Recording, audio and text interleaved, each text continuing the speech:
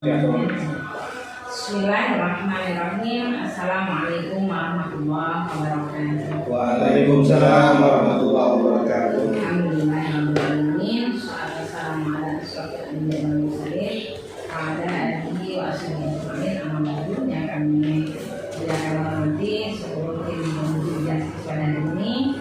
Yang pertama adalah Bapak Imam Komisi MPDI selaku penguji utama, kemudian Bapak Haji Soekarno MSI selaku penguji pendamping, dan terhormat Bapak Ahmad Munir SPD MPDI selaku sekretaris, dan berbahagia Saudari Sandra Lutfi Auliani Fadli. Selamat sudah sampai pada tahap ujian skripsi pada hari ini.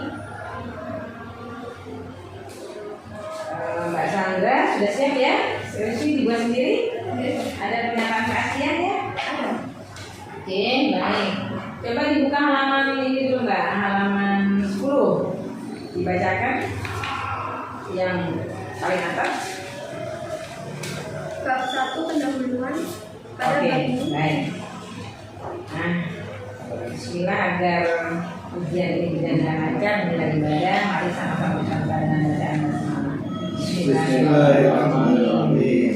Judul skripsi pemahaman guru, maunya pendidikan agama Islam ya, bukan guru PAI.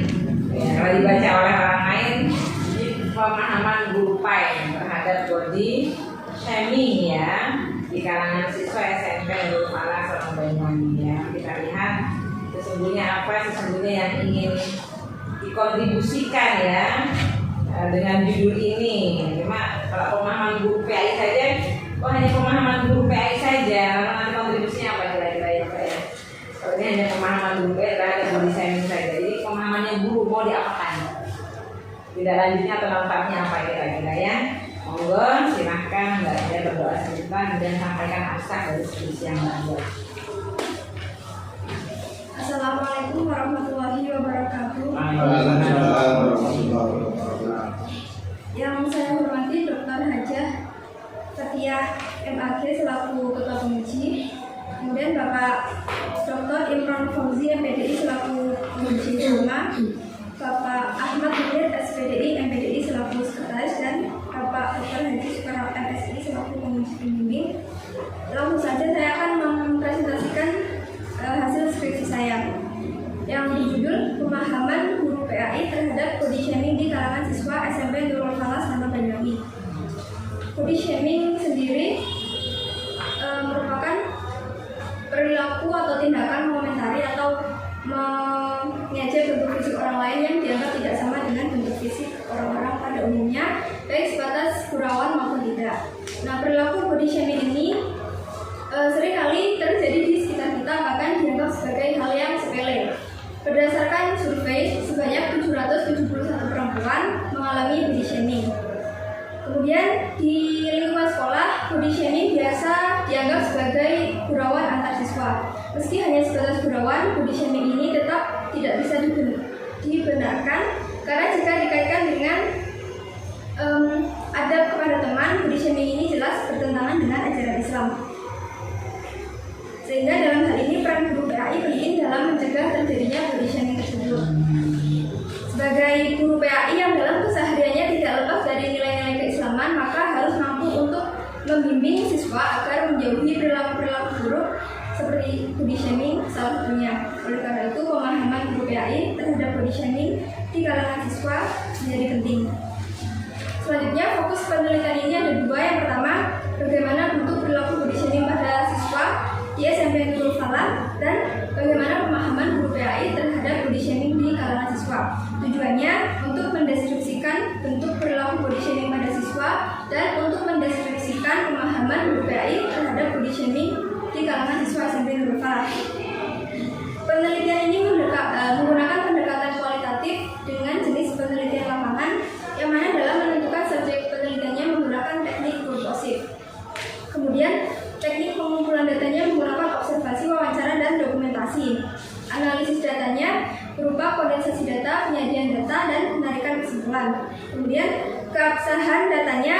diuji menggunakan teknik triangulasi, yaitu triangulasi sumber dan triangulasi teknik. Hasil dari penelitian ini yaitu yang pertama, bentuk-bentuk perilaku body shaming pada siswa di SMP Nurul Falah, Suwono Banyuwangi ada 3. Yang pertama, skinny shaming, yaitu penggunaan nama panggilan cungkring dan tiang listrik yang didasarkan atas bentuk tubuh yang kurus dan tinggi. Kemudian yang kedua, fat shaming dan body shaming pada warna kulit, yaitu penggunaan nama panggilan Tom Berundung yang didasarkan atas bentuk tubuh yang gemuk dan warna kulit yang lebih gelap. Kemudian yang ketiga, skinny shaming, yaitu penggunaan nama panggilan cungkring yang didasarkan atas bentuk tubuh yang kurus dan tinggi. Kemudian yang kedua, pemahaman guru PAI terhadap body shaming di kalangan siswa masih rendah. Hal ini dapat dilihat dari ketidaktahuan guru apa yang dimaksud dengan body shaming. Bahkan beberapa di antaranya masih baru pertama kali mendengar istilah body shaming ini. Kemudian penyebab terjadinya body shaming antar siswa ada 4. Yang pertama, karena watak atau karakter dari anak yang bersangkutan. Kemudian pengaruh perkembangan teknologi sehingga anak dapat dengan bebas mengakses media sosial tanpa ada batasan dari orang tua. Kemudian yang ketiga, pengawasan yang kurang kompak antara pihak sekolah dengan orang tua di rumah. Dan yang keempat, latar belakang anak yang berasal dari keluarga broken home. Kemudian dampak perilaku body shaming pada siswa yaitu merasa minder, takut untuk berteman, serta body shaming yang berkepanjangan dapat menyebabkan trauma pada anak yang bisa berdampak pada pendidikannya. Sekian presentasi saya. Ya, terima kasih Mbak Sandra Lutfi Auliani tadi. Sebetulnya menarik kalau di SMP Nurul Falah ini ada berapa data kira-kira terkait tentang body shaming di kalangan peserta didik? Yang dari yang saya tunggu ada 3 anak ibu. 3 anak saja. Itu berdasarkan wawancara atau pernah mengamati lalu terlihat itu? Wawancara. Di sekolahnya ada nggak CCTV? Jadi ya, nah istilah body shaming ini Mbak menelusuri nggak? Mulai kapan kemudian ini menjadi booming atau dipahami? Body shaming. Ada nggak kayak dengan penggunaan kata terkait body shaming? Sebelum body shaming itu kan lebih dikenalnya istilah bullying gitu. Yeah. Body shaming ini kan lebih spesifik lagi ke menghina fisiknya. Jadi baru itu adanya kata-kata istilah body shaming. Oke, nah karena ini kalau lihat judulnya ini belum memberikan ada istilahnya sesuatu yang harus diteliti ya. Kayak gini. Karena pemahaman guru PAI terhadap body shaming di kalangan mau diapakan?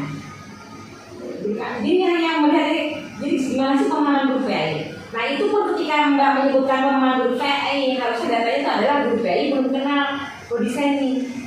Harusnya gitu. Jadi kalau ketika kenapa misalnya mengumpulkan judul pemahaman tentang guru PAI dan body shaming, berarti ada data guru PAI-nya ada berapa di situ? Ada 1. Hanya 1. Oke, kalau ada 3 guru, ternyata semuanya 3-3-nya nggak paham dengan body shaming, baru kan untuk tahu pemahamannya ini. Atau sebetulnya ini maksudnya belum terlihat. Jadi gini, kalau kita penelitian itu kan ada masalah yang perlu dicarikan solusi. Atau malah tadi ketika Mbak menyampaikan tadi, misalnya peran guru PAI dalam mengatasi kalau sudah ada kejadian kasus atau mengantisipasi. Jadi mestinya kayak gitu. Jadi malah dimunculkan kalau ini judulnya pemahaman guru terhadap seperti apa, jadi belum kena gitu loh. Oke, bahkan Iya, mau diapakan lalu jadi nggak terlihat ini sebagai sesuatu yang diteliti gitu loh Mbak ya. Jadi kalau mau malah tadi misalnya peran guru PAI dalam pencegahan body shaming di kalangan peserta didik ini itu bisa ada kasus 3 misalnya tadi dari beberapa kasus 3 itu juga pas ketepatan Mbak yang wawancara. Sebetulnya mungkin kalau ditanyakan ke sekilas ternyata itu banyak terjadi sebetulnya kalau orang ngatain serupsi itu banyak loh Pak. Sebetulnya itu hal yang dianggap biasa. Jadi hal yang biasa hanya tadi edukasinya bahwa itu sebetulnya tidak diperkenankan gitu loh. Jadi sebetulnya itu sesuatu yang biasa terjadi. Cuma orang belum mengerti kalau itu dikaitkan dengan namanya body shaming. Kita tidak boleh menjelekkan ciptaan Tuhan gitu ya. Dan ini sebetulnya terjadi juga. Nanti juga kita perlu kaitkan ketika di dunia perlawakan, perhumoran, malah itu dijadikan joke. Jadi ketika ada temannya yang tanda kutip misalnya dari segi fisik mulut lebih seperti bemo, jadi menjadi lawakan. Itu apa kategori itu ya. Jadi ini kok belum melihat, mungkin perlu di apa ya? Maka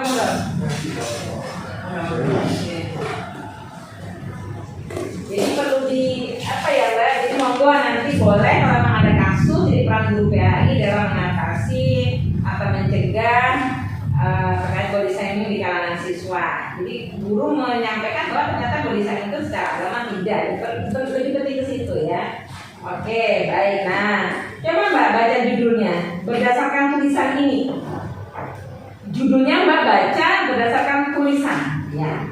Coba. Pemahaman guru PAI terhadap body shaming di kalangan siswa SMP Nurul Falah, Surabaya Background. Ya, berarti, nah PAI itu, waktu KBC tahu nggak PAI itu apa? Ya, jadi sebaiknya kalau judul dijelaskan ya, guru pendidikan agama Islam, karena nggak semua orang bisa membaca PAI, karena ini kan tulisan akan dibaca oleh banyak orang. Nah, yang Mbak teliti juga nih, kapan tahun berapa?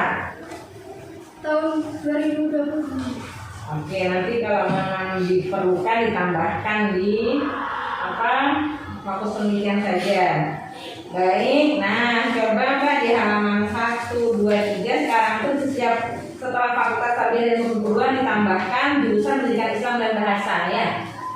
Karena prodi PAI ini berada di bawah jurusan pendidikan Islam dan bahasa ya. Kemudian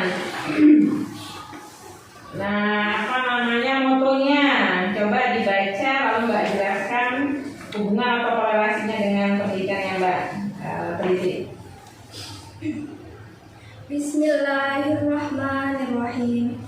Yuhibbullahu al-jahra bisu'i minal qawli illa man dzulima wa kana Allahu samii'an 'alima. Artinya, Allah tidak menyukai perkataan buruk yang diucapkan secara terus terang kecuali oleh orang yang dizalimi, dan Allah Maha mendengar, Maha mengetahui. Jadi berdasarkan Quran surat An-Nisa ayat 48 ini dijelaskan bahwa Allah tidak menyukai perkataan buruk yang diucapkan secara terus terang. Jadi body shaming sendiri itu kan termasuk mengejek atau mengomentari bentuk fisik orang lain. Mengejek atau mengomentari bentuk fisik itu kan termasuk perkataan yang buruk, Bu. Jadi ada hubungannya antara Quran surat An-Nisa ayat 58 dengan Iya, baik, nanti tinggal catatannya kalau rujukan atau kutipan langsung tidak lebih dari 5 baris, spasi normal ya.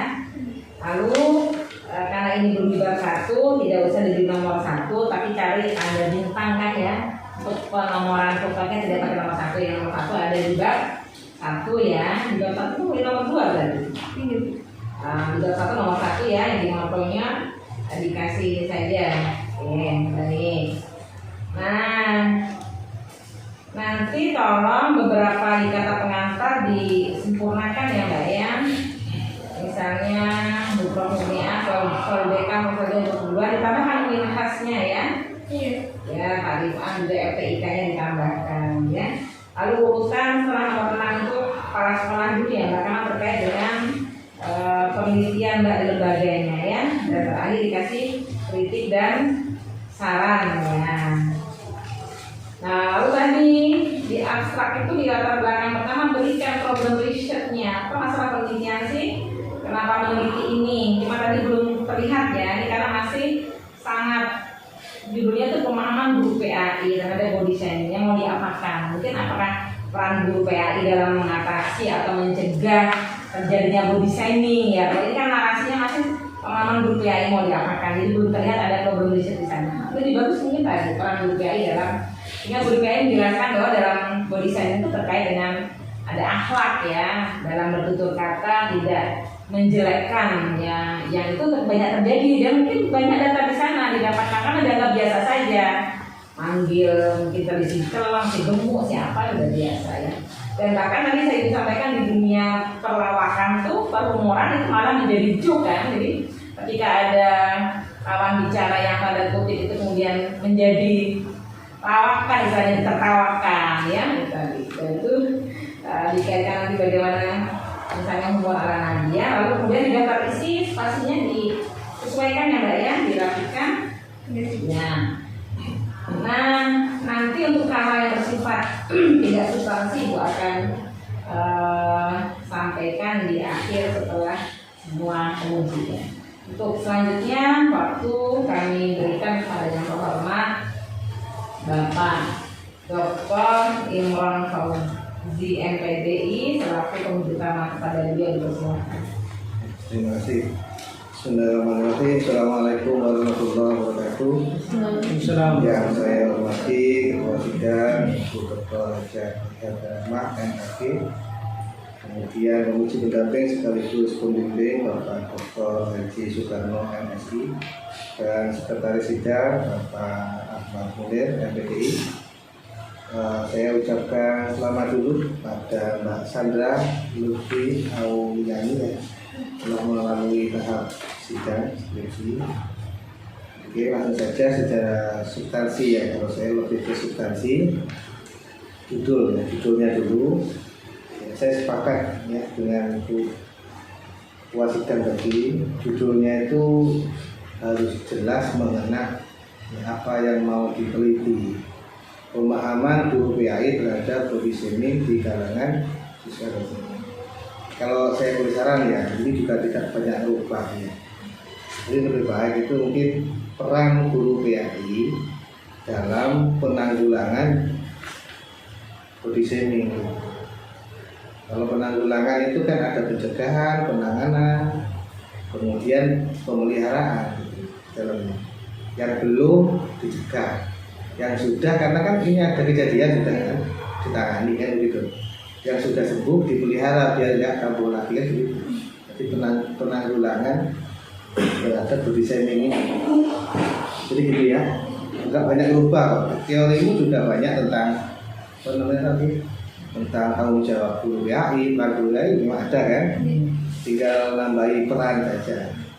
Jadi teori pemahaman itu nanti bisa dilakukan. Selesai itu ya, biar jelas tuh. Oke. Kemudian fokusnya ya, ini saya baca di dalamnya itu sebetulnya ada pertama bentuk-bentuk kan ya, bentuk-bentuk body shaming kan. Yang kedua, kalau di situ langsung pemahaman guru dan seterusnya ya. Lebih baik karena di dalamnya itu, di dalam pemahaman itu yang pertama penyebab terjadinya perilaku body shaming ya. Nah, kalau itu kan lebih baik dijadikan fokus kedua, bentuk-bentuk perilaku body shaming dulu ya, kemudian penyebabnya jadi yang kedua. Yang ketiga, dampaknya. Ada nggak dampaknya? Ada ya, dampak perilaku body shaming kan ada. Nah, kemudian langsung penanggulangannya di sini belum ada kan? Memang belum ada atau belum diteliti? Di sana ada? Ada. Saya sudah wawancara, tapi kan yang saya ambil cuma pengertian body shaming, hanya sama dampaknya.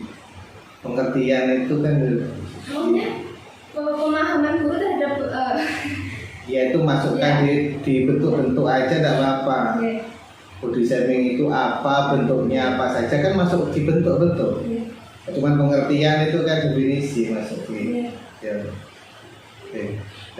Karena tidak hanya sekedar memahami ya, juga menanggulangi. Kadang istilah body shaming mungkin guru tidak paham istilah itu ya. Tapi dari aspek perilaku ya itu kan sudah terjadi. Dan guru juga sudah menangani ya. Nah, penanganannya seperti apa ditambahkan tadi belum ada ya. Oke, itu. Saya tanya bentuknya tadi itu disebutkan apa aja bentuk-bentuknya?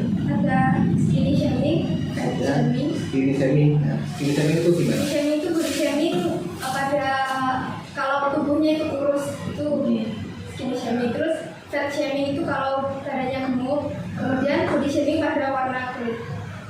Hanya sebatas itu. Misalnya ngolok-ngolok apa ya, menyamakan dengan orang tua, misalnya itu kategori body shaming kan bukan? Orang tuamu kayak ini misalnya. Termasuk body shaming atau kategori bullying? Coba, mana kaplingan body shaming, mana kaplingan bullying? Kalau bullying itu pokoknya berkaitan sama fisik, Bapak. Kalau body shaming, kalau bullying itu lebih kepada kekerasan fisik, verbal ataupun psikologis. Body shaming misalnya lisan, berarti body shaming ini secara lisan. ya. Kalau tulis, misalnya di papan ditulis Budi gendut kayak gajah, Ini itu juga termasuk body shaming. ada itu kasusnya berupa tulisan. Ya? Nggak ada. Melalui chat, WA misalnya, kan bisa jadi. Ya? Belum ditanyakan. Jadi harus jelas tuh body shaming ini yang mana ya, termasuk yang bullying itu yang mana, karena kalau memang terlalu luas bullying sekali ya. Bullying kan berarti semuanya, ya olok-olok, ya mendiskriminasi, kekerasan juga termasuk. Ini kan hanya body shaming saja, hanya lisan saja, nggak tulis. Ada nggak? Nggak ada apa, belum memang nggak ketemu. Kalau yang belum yang diteliti. saya temui itu cuma diajak gitu sama temennya, dibilang tuh kering kurus gitu Pak, sama temennya. Kadang kalau teman akrab itu ya, teman akrab sekali itu nggak tersinggung loh. Saya sesama teman misalnya, Pak Supring, ini akrab masalahnya. Iya.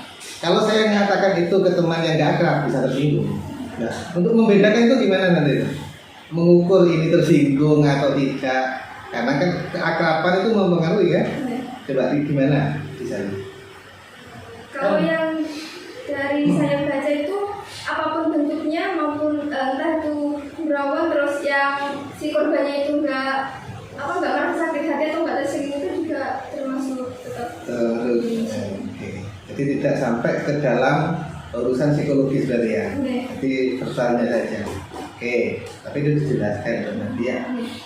Batas seperti itu keterbatasan pendirian. Gitu. Oke. Bentuk-bentuknya. Kemudian penyebabnya apa penyebabnya? Penyebabnya itu pertama dari karakter atau watak anak yang memang nakal atau jahil. Kemudian itu kan sekarang anak-anak sudah pegang HP semua, jadi punya media sosial. Dari media sosial itu bisa memunculkan body shaming. Kemudian pengawasan dari pihak sekolah dan orang tua di rumah yang tidak kompak. Misalnya di sekolah sudah dikasih tahu kalau body shaming itu nggak boleh, tapi kalau di rumah dibiarkan kan tetap saja. Kemudian yang keempat, anak itu berasal dari keluarga broken. Oke, berarti kan sebab-sebabnya ada yang dari diri siswa, guru, orang tua, keluarga ya. Nah, tapi itu tidak konsisten dengan data, dengan informan yang kamu beri. Coba dibuka di bab 3, informan penelitian. Di bab 3 apa sumber penelitian, apa sumber data.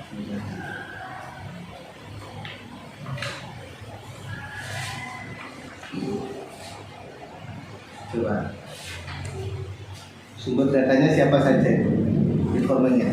Ada kepala sekolah, guru PAI, wali kelas, dan siswa. Terus kok ngomong orang tua, keluarga tadi? Nah kan tidak konsisten. Katanya dapat dari mana lo mau kamu nggak penelitian ke orang tua? Ada nggak data tentang orang tua di dalam? Lo kok ngomong pengaruhnya dari orang tua, dari lingkungan, dari keluarga? Seperti itu disebabkan karena pengawasan orang tua, kondisi keluarga. Dapat dari mana? dari wawancara sama wali kelas. Nah, wali kelas. Lo kondisi orang tua siapa yang tahu? Wali kelasnya nggak pernah ketemu orang tua, ya kan? Gimana berarti? Berarti nggak termasuk penyebab yang Loh, bukan penyebabnya dikurangi, berarti informanmu yang kurang. berarti harus ditambah orang tua. Loh iya, tolong pengaruh itu dibawa dari rumah ke sekolah, ya kan? Waktu di sekolah sama di rumah banyak mana? Di sekolah.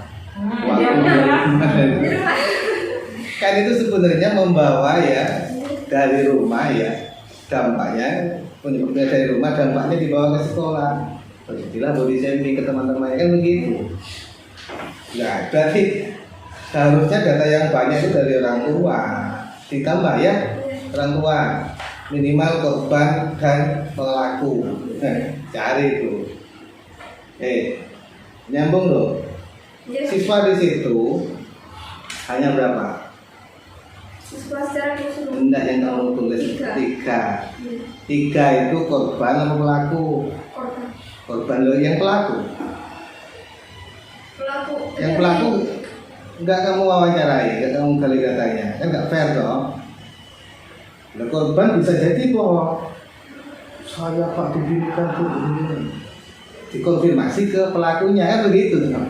Katanya siapa yang melakukan body shaming ke kamu? Nah, si A. Harus konfirmasi ke si A. Kamu pernah melakukan apa saja? Kan begitu dong. Namanya triangulasi sumber.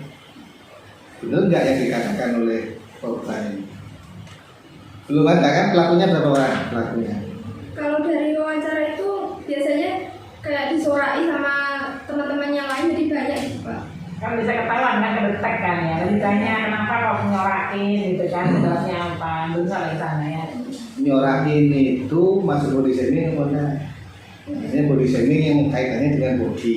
Mungkin maksudnya itu nyorainya itu kayak dari jauh terus dibilang, kamu curi gitu Pak. Nah ya, siapa kan dia kan punya kebiasaan toh. Iya. Anak-anak yang begitu itu katanya itu sudah watak katanya kamu. Iya. Karakter biasa mengatakan kan ketemu sudah. Nah nanti diidentifikasi pelakunya siapa. Datangi, diwawancari, tambahin data dari pelaku, ya kan? Iya. Meskipun nggak pakai nama nggak apa-apa, inisial atau siapa, ya kan? Iya.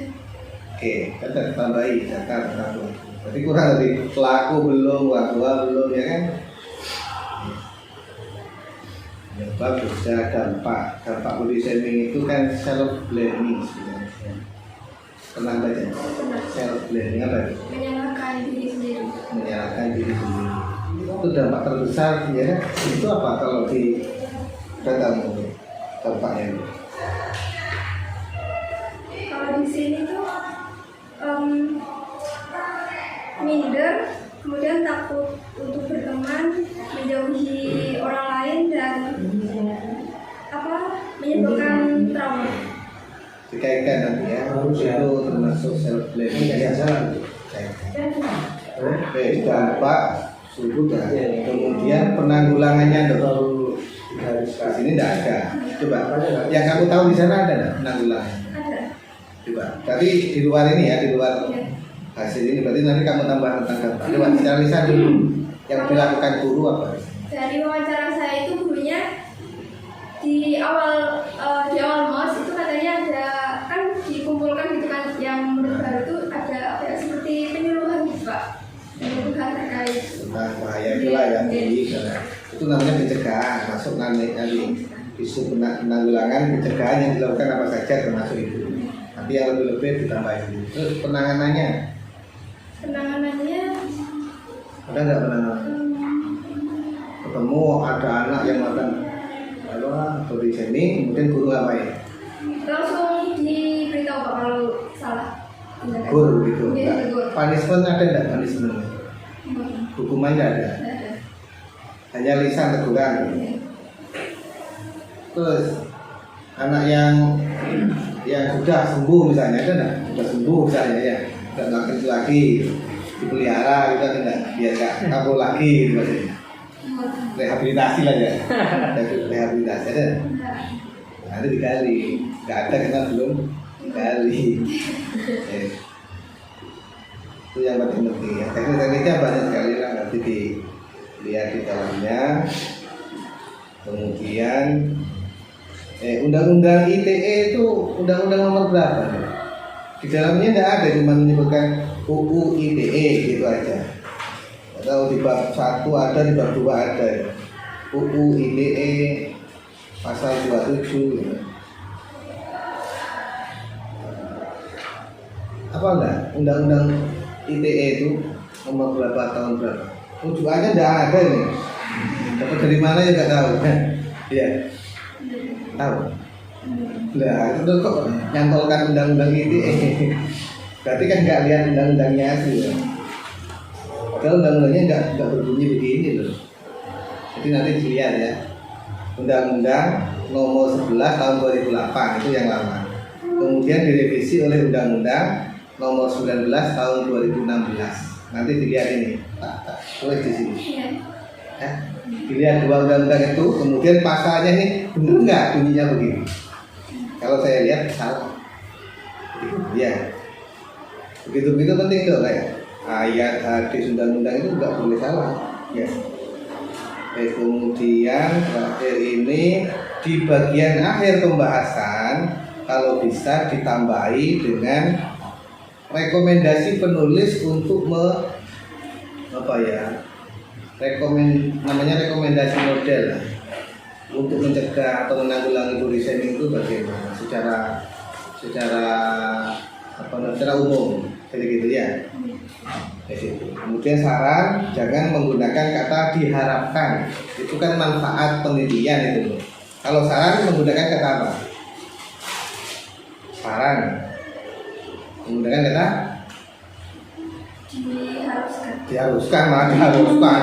Oh itu diperkenankan. Diharapkan itu kan manfaat penelitian, diharapkan penelitian ini dapat bermanfaatkan. Kalau saran, sebaiknya kamu baca buku yang banyak dulu. Berarti kata apa?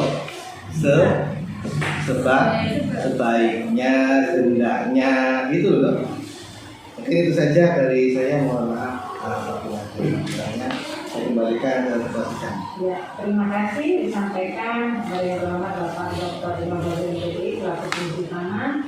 Untuk selanjutnya waktu kami berikan kepada terhormat Bapak Dr. Haji Kepala MSI pada beliau dipersilakan. Terima kasih. Assalamualaikum warahmatullahi wabarakatuh. Langsung aja Mbak Sandra, judulnya dirubah.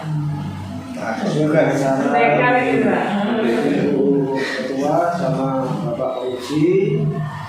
Saya kasih alternatif biar kamu mudah. Upaya guru pendidikan agama Islam, ya, upaya preventif ya, guru pendidikan agama Islam terhadap perilaku body shaming.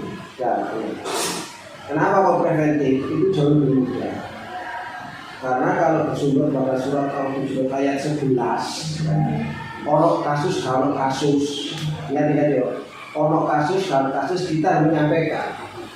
Nah, kalau guru agama salah satu materi kan masalah akidah akhlak, ya. Nah, dari si akhlak itu sudah disampaikan setiap memberi mengajar.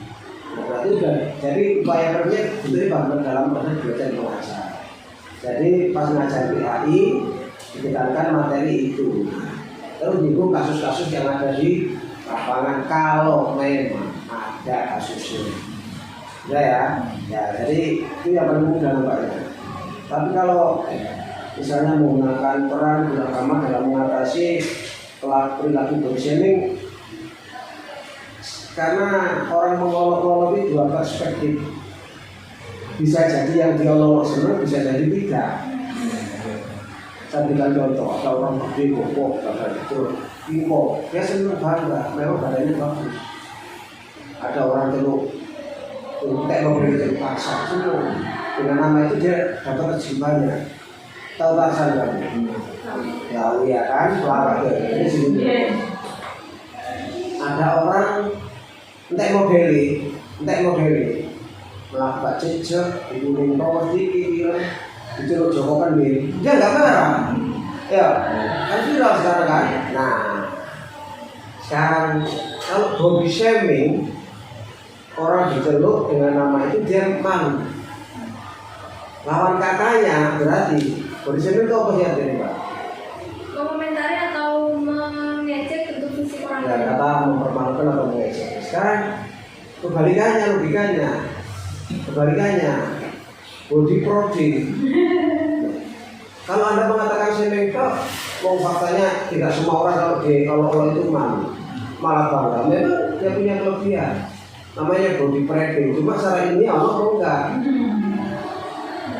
Nah ya kamu buat usulan di saran itu bahwa dalam fakta di lapangan saya katakan orang dia enggak semuanya malu, bener enggak semuanya malu, enggak semua malunya. Tidak begitu nanti itu bisa. Ini kok begini kan juga atasan, pemilihan kalian teman-teman. Namanya body enggak, itu kan usulan ilmiah maksud saya. Kalau ada body shaming lawan katanya body protein, sebatas usulan. masalah diterima nanti di tahun kemudian ada penelitian lagi yang mengembangkan tentang masalah ini. Oh ternyata istilah ini pernah diusulkan oleh seseorang yang namanya Sandra Luki Auliani Prabu. Ya sama dengan dunia sosiologi. Agus Comte cuma nyebut istilah sosiologi, tapi yang mempopulerkan orang lain. Tapi nama Agus Comte tetap di bawah. Anda juga begitu. Siapa tahu ada dunia ilmiah yang bicara masalah ini, ternyata Anda yang mengusulkan bagi problem, mungkin ada kesamaan dengan tempat lain. Bisa di Jakarta, bisa di Malang, Surabaya, termasuk. Berarti karena banyak, berarti menjadi penting mencatat dengan istilah baru lawan kata daripada body shaming adalah body problem. Jadi orang bangga dengan dirinya sendiri. Ya. Jadi penekannya pada preventif. Jadi Anda bicara masalah pendidikan akhlak nanti fokusnya ya. Tapi penekanan pada surat Al-Hujurat ayat berapa? 11 ya. Ya, jadi memperhatikan saran dari Jufat, dari Pak Edro kalau dibandingkan itu. Ya. Selanjutnya kesalahan tulisan itu ya pokoknya. Coba ini halaman 26 garis paling bawah. Baca ya, garis paling bawah halaman 26. Dalam hal ini tidak ada Mana? Kalau garis paling bawah bukan alinnya, garis paling bawah. paling bawah, tetapi juga bertujuan untuk meningkatkan keberagaman. Apa maksudnya? Coba mana baca lagi.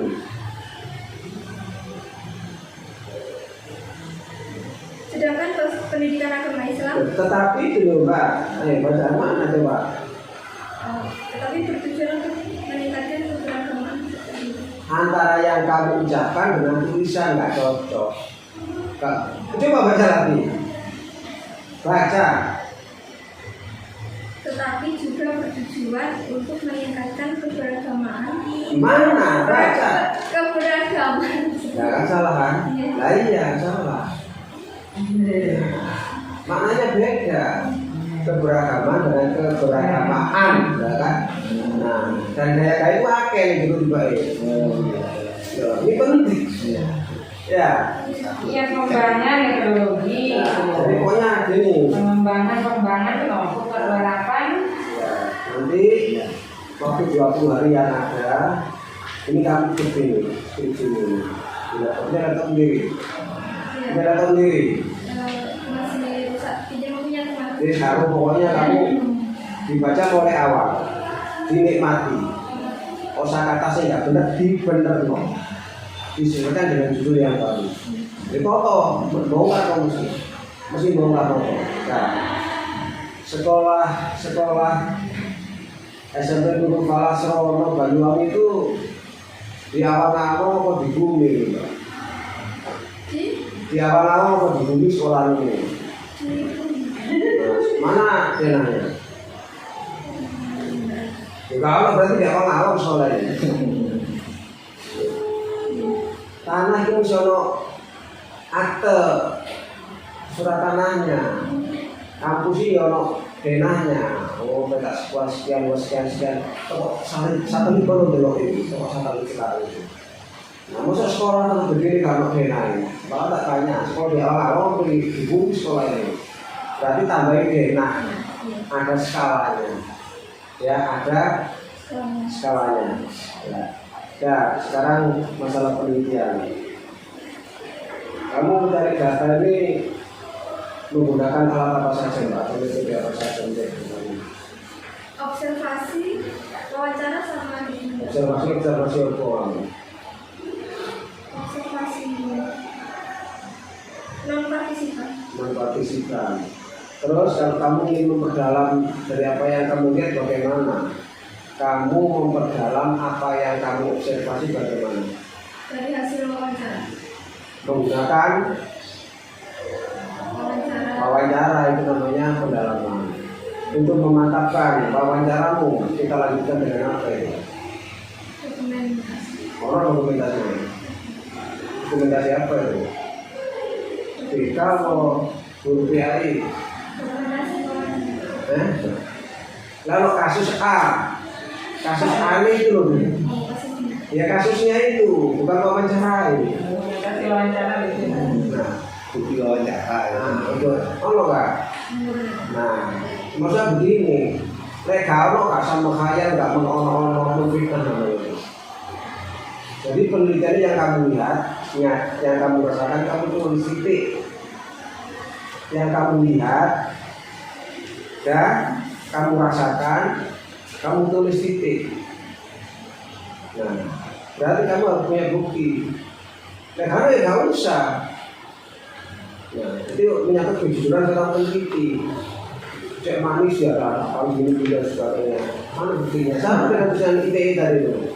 Kan bangga kamu menunjukkan, ternyata kamu gak bisa menunjukkan. Nah, itu kan menunjukkan sendiri. Yang kamu cantumkan harus pernah baca kamu. Tanya, mungkin Pak ini. Nah, untungnya kamu jujur aja. Kamu itu kan nggak membaca, makanya diperbaiki. Terima kasih. Alhamdulillah, terima kasih. Sampaikan kepada yang pertama kepada Bapak Dewan MSI ya. Untuk Mbak Sandra tadi sudah diberikan alternatif judul ya. Lalu kemudian tadi diminta oleh penguji pendamping untuk dibaca betul, tulisannya kembali, kemudian dibetulkan yang keliru. Ini adalah beberapa hal terkait dengan tidak substansi ya Mbak. Di sana halaman 17 tabel 21 persamaan dan perbedaan dengan penelitian terdahulu ya. Karena tabelnya Mbak ini menyambung ke sebelahnya, nanti tadi ada buku doman ya. Dikasih nomor ya, setelah nomor nama judul kasih nomor 1, 2, 3, 4, 5 ya, yang di sebelahnya ya. Kemudian ini nilainya Pak, nilainya karena ini. Oke. Bentar.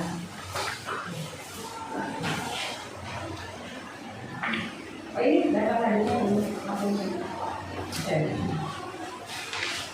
Bentar. Ya. Kemudian nah nanti menyesuaikan ya Mbak, kalau sudah judul Mbaknya diubah tadi, nah definisi istilahnya menyesuaikan apa yang ada di judul Mbaknya ya. Kalau itu tadi kan masih belum mencakup semua. Ya tentang pemahaman dulu ya, oke. Lalu di bab, kalau di halaman 10 itu kan ada bab 1, bab 2, bab 3 pakai angka Romawi ya, dibuat nanti saja bab 1 gitu ya. Kemudian bab 1 yang pertama tambahkan apa konteks penelitian? Konteks penelitian. Ya sesuaikan yang halaman 10 yang apa itu? Latar belakang. Ya jadi sesuaikan dengan data punyamu ya. Kemudian yang berikutnya ini sudah ada 5 ya. Apa namanya? Ada penelitian terdahulu sudah sesuai yang tahun ya. Ya. Kemudian nah ada hadis yang Mbak Putih halaman 35 diberi sumber rujukan hadis ya Mbak ya. Ketika Sahih Muslim ya dari Sahih Muslim ya. Terlibat hadis boleh. Untuk terjemah karena bukan bahasa asing tulis enggak saja ya. Beberapa kata kayak di antara, di sisi, di atas karena kata di kata apa namanya sambung di isan ya. Kemudian nanti dilihat aja kerapiannya Mbak ya. Saya kayak halaman 56. Ketika tabel 4.1 kalau namanya yang ke belakang yang diluruskan ya. Di setiap tabel diberi sumber data ya. Pastikan Mbaknya kan menggunakan analisis sumber sama analisis teknik. Pastikan ada di setiap analisa datanya. Poin itu. Analisis sumbernya bisa tunjukkan. Ada nggak coba? Di dalam di satu fokus saja sudah. Mana yang ada di analisis sumber sama langsung disambung dengan analisis teknik? Ada nggak? Paham maksudnya? Jadi ketika berdasarkan wawancara kan satu kepada guru, pada saat didik menjadi pada kepala sekolah kan, ada data wawancara kemudian apa kesimpulannya analisanya, berdasarkan observasi tanggal sekian data reportase observasi sesuai dengan data dokumentasi, lalu itu namanya lengkap analisa mbaknya. Kayaknya belum lengkap semua ya. Nah itu dimasukkan sesuai dengan keabsahan data yang Mbak sudah tulis di bab 3. Nah, kemudian juga pastikan saran yang Mbak buat berdasarkan temuan. Karena dia disarankan kepada siapa, karena apa, kan berdasarkan temuan di lapangan. Dari Pak Munir barangkali ada masukan? Bismillahirrahmanirrahim. Terima kasih pada para penguji, ketua sidang, pembimbing. Kepada Mbak Sandra, saya cuma menambahi sedikit terkait dengan subjek penelitian. Di dalam subjek penelitian di situ Anda tidak mencantumkan nama daripada informannya. Nama daripada informan seperti kepala sekolah itu siapa? Meskipun di dalam naskah saudara di bab 5 sudah dipaparkan, tapi minimal alat itu juga sinkron atau connect dengan dengan apa yang dipaparkan di bab 4 maupun di bab 5. Saya kira itu terkait dengan subjek. Nah, soal teknis lain di halaman berapa ini?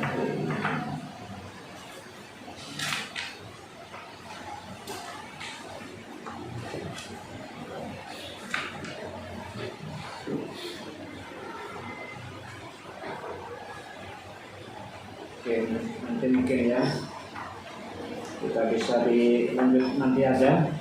Tadi sudah saya cek, ini sudah ketemu. Ya. Oke, saya kira sampun itu Ya. aja. Terima kasih disampaikan pada Bapak Ahmad yang nanti halaman 47 ya Mbak ya, diberikan data-datanya, wali kelasnya siapa, kan sudah selesai di uji. Baik, saudari Sandra Lutfi Auliani Pratiwi melihat naskah skripsi Anda, kemudian presentasi apa dan bagaimana kemampuan Anda menjawab dari pertanyaan seluruh tim penguji, argumentasi, maka semua tim penguji bersepakat bahwa Anda tidak mengulang lulus dan diskusi hari ini. Selamat, semoga ini menjadi keberkahan buat Mbak Sandra Lutfi Auliani Pratiwi, tentu dengan syarat merevisi, menyempurnakan hal-hal yang kurang, kemudian membetulkan yang salah ya, agar supaya ini menjadi layak dibaca oleh pembaca yang lain. Dan nanti juga penguji, karena namanya ada di depan, juga bertanggung jawab itu adalah revisi yang membuat. Karena itu ada waktu maksimal 20 hari disegerakan. Kemudian nanti buat jurnalnya ya, dan menginfokan buku di ruang baca. Selamat kepada Mbak Sandra Lutfi Auliani Pratiwi. Jika ada kesempatan dan kemampuan, ditunggu di pasca sarjana. Ya. Terima kasih kepada seluruh tim penguji. Mari kita tutup dengan bacaan hamdalah. Alhamdulillah. Assalamualaikum warahmatullahi wabarakatuh.